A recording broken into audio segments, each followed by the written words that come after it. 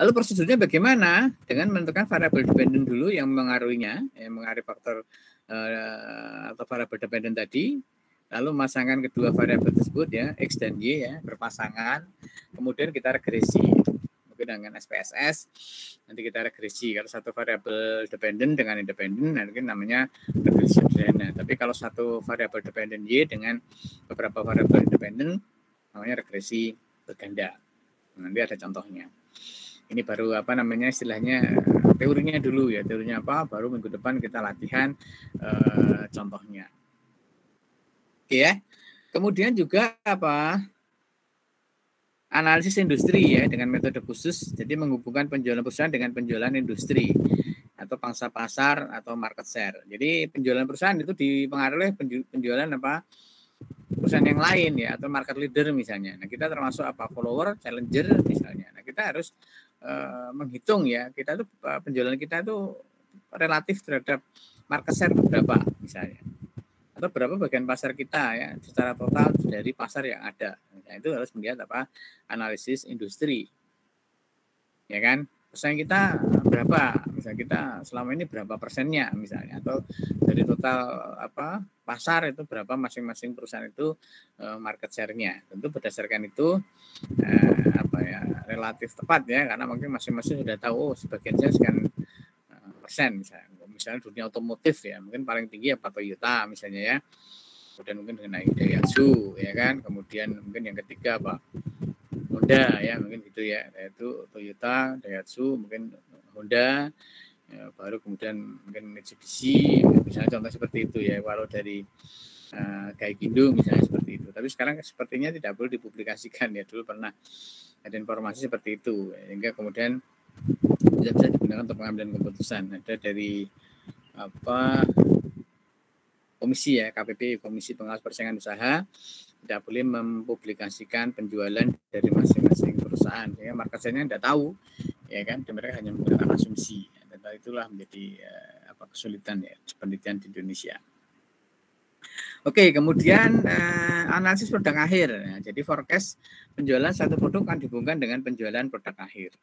Jadi misalnya permintaan kulit akan tergantung dari permintaan sepatu, permintaan benang tergantung permintaan tekstil. Jadi tadi apa, produk akhir itu menentukan ya berapa bahan bakunya dan seterusnya, ya kan. Jadi permintaan kulit sangat dipengaruhi permintaan sepatu, permintaan benang sangat dipengaruhi permintaan tekstil.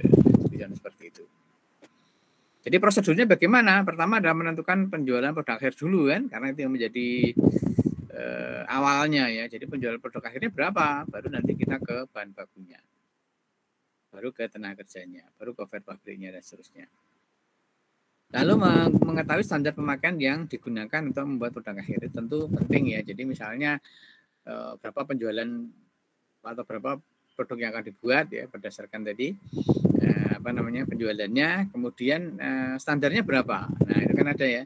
Jadi misalnya untuk membuat satu produk itu dibutuhkan berapa unit bahan baku, ya kan, berapa unit bahan tenaga kerja, berapa jam tenaga kerja, berapa biaya operat pabriknya misalnya, itu ada standarnya, ya kan.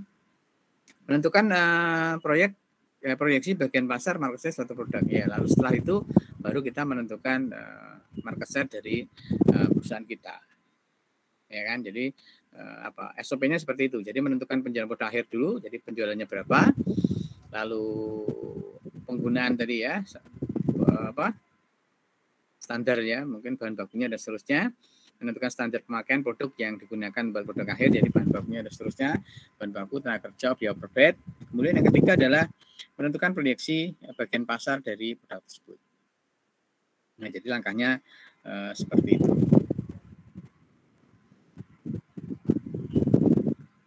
Oke, kemudian berikutnya adalah yang ke 5 ya, analisis lini produk ya. Jadi maksudnya perusahaan menghasilkan berbagai jenis produk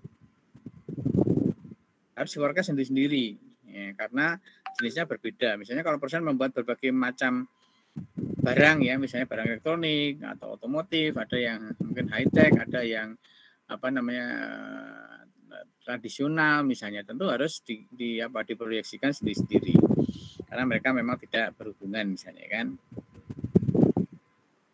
Dan mungkin juga mempertimbangkan produk life cycle ya. Produk life cycle-nya kan berbeda-beda untuk yang produk yang mungkin high tech ya, yang teknologi tinggi, atau yang high touch yang banyak menggunakan tenaga kerja manusia. Ya, jadi ini adalah teknik-teknik kuantitatif yang akan kita pakai nanti saat melakukan forecast penjualan dan seterusnya. Ya, jadi ada tren, ada regresi korelasi, analisis industri, analisis produk akhir, dan analisis lini produk.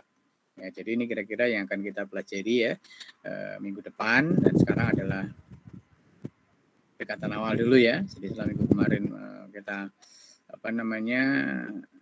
pendahuluan, kontrak belajar, sekarang masuk ke pengertian dulu. Apa itu anggaran, mengapa anggaran diperlukan, manfaatnya apa, kemudian juga masuk ke sedikit tentang forecast. Nah, minggu depan kita akan latihan ya, akan membuat contoh bagaimana dengan tren bebas, ya, tren dengan bebas, rata-rata dan seterusnya.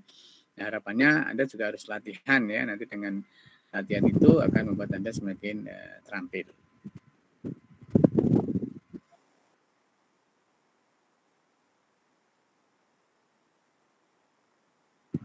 Oke, ada yang ditanyakan sampai sini? Halo? Belum, Pak. Belum, Pak. Belum.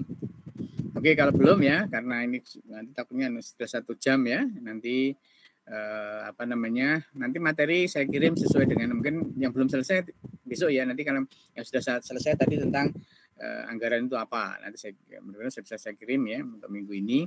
Kemudian minggu depan kalau sudah selesai sekalian saya kirim, karena takutnya nanti kalau semuanya saya kirim nanti Anda nggak memperhatikan ya, Anda langsung mau datang tidur. Nah, tapi maksud saya dengan mengirim setelah selesai Anda juga memperhatikan apa yang saya sampaikan.